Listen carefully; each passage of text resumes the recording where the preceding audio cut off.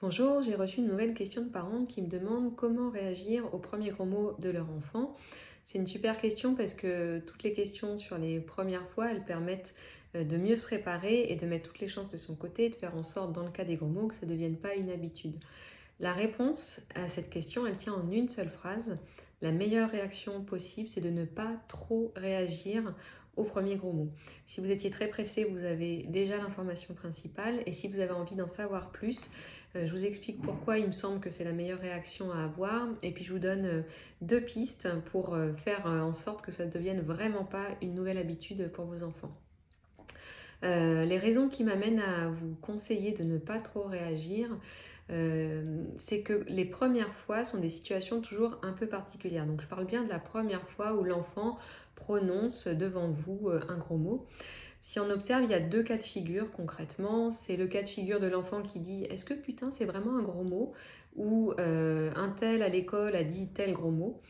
Le deuxième cas de figure, c'est l'enfant qui teste, qui a entendu ce gros mot et qui le teste dans un contexte, sous le coup de la colère par exemple, qui laisse échapper un premier gros mot.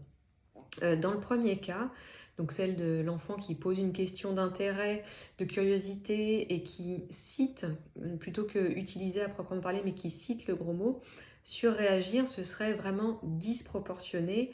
Ça peut aussi paraître injuste à l'enfant et ça empêche de faire vraiment des apprentissages et de comprendre dans quelle case on peut ranger ces mots-là, dans quelles circonstances on peut les utiliser, etc.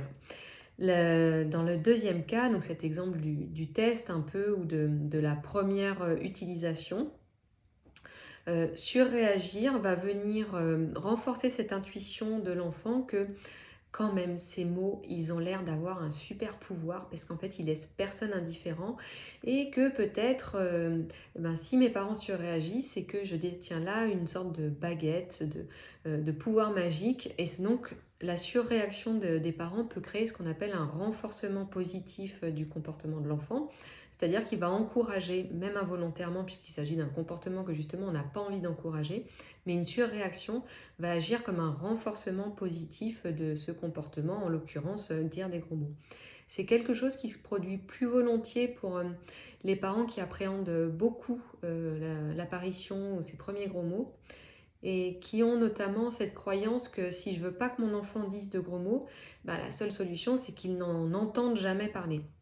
Alors si en plus vous arrivez à ne jamais en prononcer, ça peut tenir un bon moment, mais souvent avec les aînés, les cousins, les copains, d'une manière générale, tous ces moments où l'enfant est avec d'autres personnes peuvent faire voler en éclats votre muraille. Et d'une manière générale, tout ce qui est des peurs et des appréhensions très fortes, ce sont souvent des mauvaises conseillères puisque justement elles nous amènent à surréagir et du coup elles agissent comme une espèce de prophétie autoréalisatrice. J'ai tellement peur que mon enfant dise des gros mots que quand il en a dit, j'ai pas laissé passer parce que le premier c'est la porte ouverte à tous les suivants, ça commence par con et ça finit par putain, et qu'il y a vraiment tout ce phénomène d'escalade et qu'il faut marquer très fort le coup dès le premier gros mot pour que vraiment ça ne devienne pas une habitude. Or, cette surréaction à la première fois, elle va justement renforcer, elle présente le risque, pour être plus juste, elle présente le risque de renforcer cette habitude chez l'enfant et du coup de faire un nouveau sujet de bataille autour des gros mots. C'est vrai que la phase caca-boudin, elle a quelque chose d'agaçante. La phase des gros mots, elle présente un niveau de challenge qui est un peu plus important. On a plus le sentiment que l'enfant est dans la provocation, que l'enfant a un comportement vraiment problématique avec les gros mots. Et c'est le genre de phase qui peut faire regretter justement la phase des caca-boudins. Donc je vous donne deux pistes efficaces si vous voulez faire en sorte que ça ne devienne pas une habitude et ça dès la phase des premières fois. Donc comme toujours, il va s'agir d'aider l'enfant et de l'aider en lui fournissant des stratégies. Si vous avez regardé d'autres de mes réponses à des questions de parents, c'est peu ou prou à chaque fois la même chose. On soutient l'enfant pour encourager un comportement adapté et la façon la plus efficace de l'encourager dans un comportement adapté, c'est de lui fournir des stratégies pour réussir à adopter ce comportement. Le problème avec les gros mots, c'est que c'est facile effectivement de ne pas en dire si on ne les connaît pas, mais de la seconde où on les a entendus, intégré, quand on a découvert le pouvoir, ça devient difficile, même pour nous adultes, de faire que ce ne soit pas un réflexe de les empêcher de sortir à tout bout de champ, tout seul, sans vraiment faire exprès. C'est encore plus dur pour les tout jeunes enfants, pour qui tous les systèmes de règles, de comportements attendus, de tolérance, etc., ne sont pas encore intégrés, et pour qui aussi le petit muscle de l'inhibition, s'empêcher de faire quelque chose que le réflexe nous amènerait à faire, n'est pas encore assez fort pour contrôler ce type de réflexe, ce type de réaction. Donc 2 pistes qui pourraient aider les enfants. La première, ça peut être de proposer des substituts, des remplaçants aux gros mots, comme par exemple, alors le fameux, il y a des choses qui peuvent camoufler le gros mot, le fameux purée ou mercredi, donc de dire à l'enfant quand ça commence, que tu as un gros mot qui veut sortir, tu le transformes en autre chose et ça va le camoufler et ça évitera d'avoir des sanctions qui s'appliquent par exemple à l'école. À l'école, si on dit un gros mot, on a les maîtres et les maîtresses qui se fâchent, parfois qu'il y a des sanctions qui sont prévues.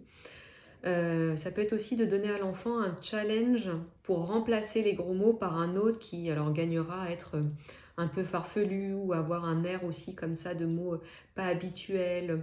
Le premier qui me vient comme ça, c'est cucurbitacé, mais peu importe, il peut y avoir plein de mots sur lesquels on challenge l'enfant de dire à chaque fois que tu as le gros mot que tu as appris qui veut venir, tu l'écrases avec un bon coup de cucurbitacé et tu verras, ça va être plus fort que les gros mots. Donc de proposer comme ça je brode, mais peu importe, c'est l'idée, c'est d'avoir un mot substitut, un remplaçant qui va venir camoufler, même si le réflexe fait que ça veut sortir, hop, on a tout de suite une stratégie pour revenir sur un comportement adapté. La deuxième piste, c'est de proposer à l'enfant des exutoires. Donc si on a ces gros mots là qui nous brûlent littéralement la langue et qu'on a envie de les dire et que c'est très difficile, on peut proposer des exutoires comme un quart d'heure des gros mots, surtout quand il y a des fratries, que ça a l'air de devenir un peu une habitude là et qu'il faut donner à l'enfant à la fois la possibilité de laisser sortir ça, mais jamais dans des situations où ça peut être un problème par rapport au respect, par rapport aux règles prévues à tel endroit, etc.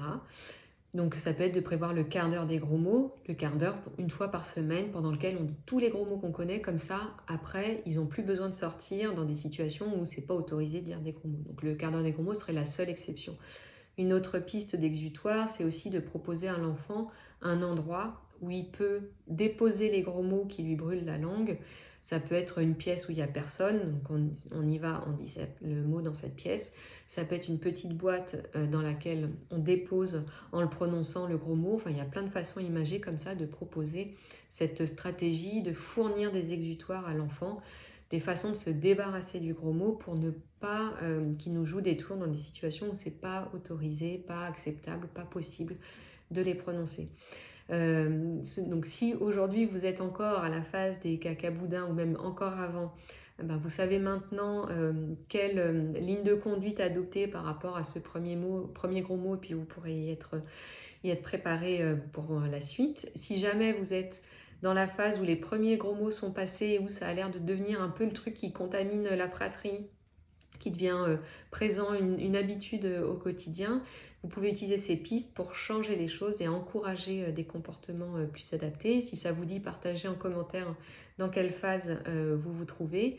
N'hésitez pas à partager aussi cette vidéo si elle vous a été profitable, si elle vous a été utile, si elle vous a donné des pistes qui fonctionnent pour vous. Et moi, je vous retrouve dans une prochaine vidéo questions de parents et je vous dis à très bientôt. Salut!